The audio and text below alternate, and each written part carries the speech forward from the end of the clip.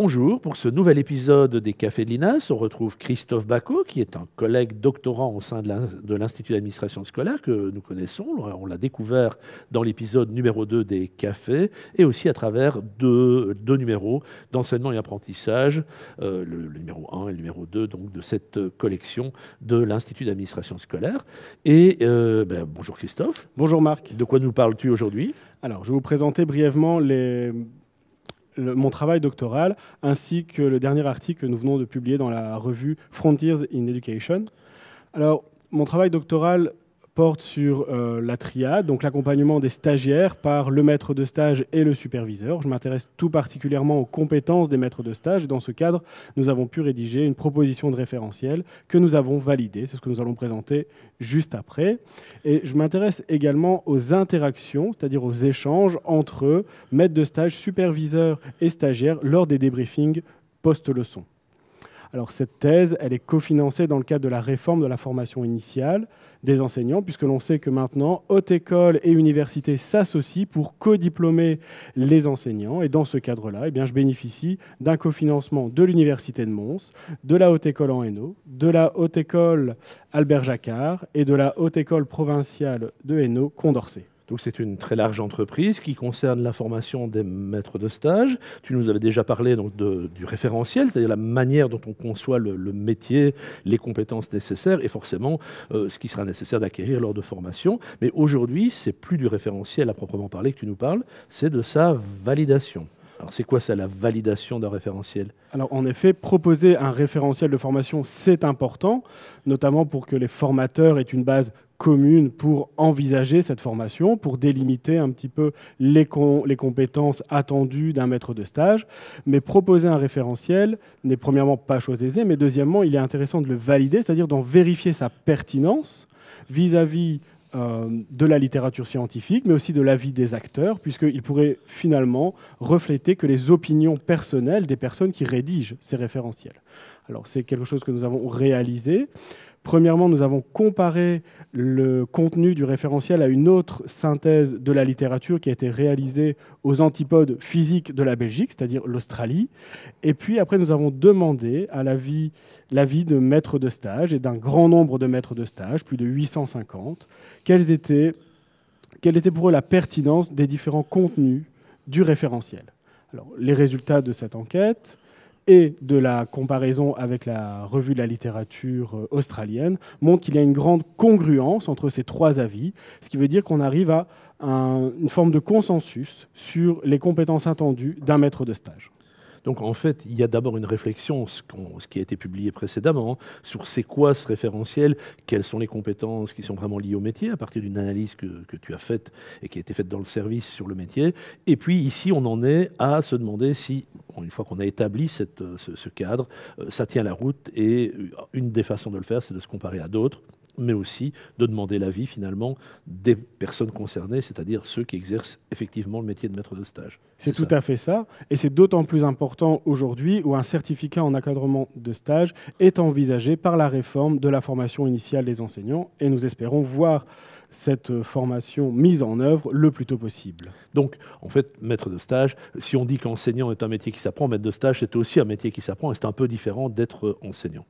Tout à fait, on ne peut pas comparer les deux, puisque le maître de stage, quand il va accompagner un stagiaire, va mettre en place des compétences spécifiques, différentes de celles d'un enseignant. Et on ne peut pas penser que ces compétences soient naturelles, ni qu'elles s'acquièrent avec l'expérience. Elle nécessite une formation. Et ce qui était intéressant dans la validation du référentiel, c'était de voir que les maîtres de stage, qu'ils aient suivi ou non une formation, qu'ils aient une longue expérience comme enseignant ou une courte expérience comme enseignant, qu'ils aient encadré peu de stagiaires ou beaucoup de stagiaires, avaient une vision commune de ce que devrait être un bon maître de stage. D'accord, donc il y a une idée commune, on peut dire que ça tient la route, ça a l'air d'être cohérent, ce n'est pas une invention comme ça qui serait hors sol. Les personnes concernées ont bien cette compréhension de ce qu'est le métier de maître de stage, avec sans doute des difficultés qu'elles constatent. Tout à fait. Et on avait pu identifier dans une étude précédente le niveau de maîtrise des maîtres de stage. Et on s'était rendu compte, par contre, que ceux qui avaient suivi une formation se sentaient plus compétents que ceux qui n'en avaient pas suivi une. Donc, c'est rassurant. C'est rassurant, en effet, mais ça souligne surtout, à la fois c'est rassurant et à la fois non. C'est rassurant dans le sens où ça souligne la pertinence d'une formation, et c'est ce que nous propose le décret de la réforme de la formation initiale des enseignants aujourd'hui en Belgique. Mais en même temps, cette formation n'a pas été mise en œuvre avant, contrairement à d'autres systèmes éducatifs comme le Québec, qui depuis 1994 invite les universités à mettre en œuvre cette formation avec le soutien, en collaboration, en partenariat avec le milieu professionnel. Oui, tu évoques le Québec parce que ça va être aussi une étape importante pour toi, je pense, dans les quelques semaines qui vont arriver. Donc tout à fait, dans le cadre de ma thèse de doctorat, j'ai l'opportunité, j'ai la chance de pouvoir effectuer un séjour de recherche au Québec qui sera soutenu par Liliane Portelance de l'UQTR. Donc c'est l'Université du Québec à Trois-Rivières. Et dans ce cadre-là, je vais pouvoir rencontrer à la fois des chercheurs qui travaillent sur cette formation, qui s'intéressent à l'analyse des pratiques des maîtres de stage, qu'on appelle enseignants associés au Québec, à l'analyse des pratiques des stagiaires et des superviseurs, donc de la triade. Mais je vais pouvoir aussi rencontrer des formateurs d'enseignants associés qui sont eux-mêmes enseignants associés. Donc, c'est-à-dire que c'est une co-formation. Ce sont des enseignants associés qui sont rassemblés et qui préparent des formations pour leurs collègues. Alors, tu as parlé de la validation, hein, c'est un travail important, mais c'est quoi les étapes alors maintenant? Qu'est-ce qui va se passer? Donc, on a pu préparer cette formation depuis déjà quelques années, on peut parler en termes d'années, en identifiant les compétences, puis en validant le référentiel, en demandant l'avis du terrain. On espère pouvoir mettre en œuvre cette formation, mais on sait aussi par ailleurs que mettre en œuvre une formation ne veut pas dire forcément qu'elle est efficace. Donc, c'est-à-dire qu'elle permet une modification, une évolution des pratiques effectives des maîtres de stage. Alors pour ça, il est intéressant d'évaluer finalement l'efficacité d'une formation.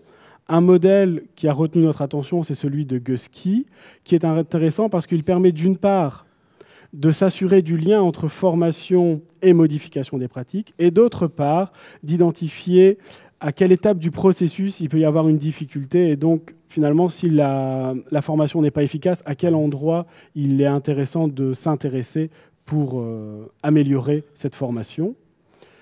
Et donc ça, c'est un peu les prochaines étapes, c'est-à-dire mettre en œuvre cette formation et puis ensuite en évaluer l'efficacité.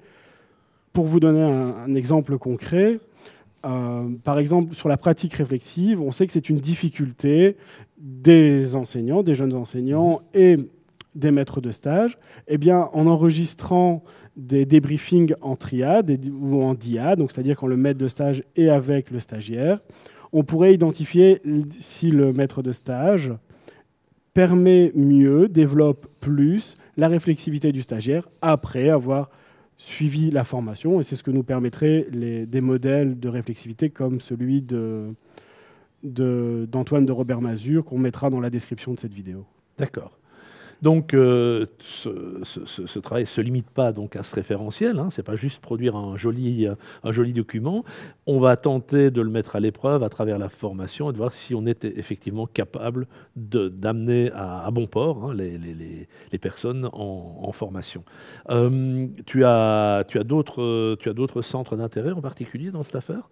Donc, comme je l'expliquais brièvement, mais on peut revenir un petit peu dessus, ce qui m'intéresse, c'est d'une part les compétences, et c'est aussi d'autre part d'observer comment interagissent les membres de la triade, puisqu'il y a finalement peu de recherches qui ont enregistré, où on a enregistré les vraies conversations, par exemple lors des débriefings entre maîtres de stage, stagiaires et superviseurs, pour voir finalement comment ces deux formateurs différents, qui ont des casquettes différentes, qui n'évaluent pas nécessairement de la même manière, vont accompagner le stagiaire pour qu'il se développe professionnellement. Donc le superviseur, c'est celui qui appartient à l'institution de formation, la haute école, l'université, et le maître de stage, c'est celui qui accueille le stagiaire dans sa classe. Tout à fait. Okay. Superviseur qui peut être aussi par ailleurs didacticien ou pédagogue. D'accord. On considère les deux comme étant des superviseurs. Et avec le stagiaire, c'est la triade dont tu nous as déjà parlé, que tu as évoqué de nombreuses fois. OK. Alors tout ça, évidemment, semble fort intéressant, prometteur. Alors c'est de vrais défis, parce que ce n'est pas quelques maîtres de stage, c'est quelques centaines, voire quelques milliers de maîtres de stage pour quelques milliers de candidats enseignants qu'il va s'agir de former. Donc c'est une perspective qui s'ouvre. Là, finalement, on est au début de l'histoire, on a un référentiel, on est parti. Alors si on est intéressé, si on veut en savoir plus, et si on veut même s'intéresser, parce que je pense qu'on n'est pas les seuls à s'occuper des maîtres de stage et des stagiaires, il y a d'autres domaines. Je pense que tu as aussi quelques contacts avec d'autres responsables de formation professionnelle, on peut dire ça. Si on veut être informé de ce qui se passe dans ce secteur-là, comment est-ce qu'on fait ?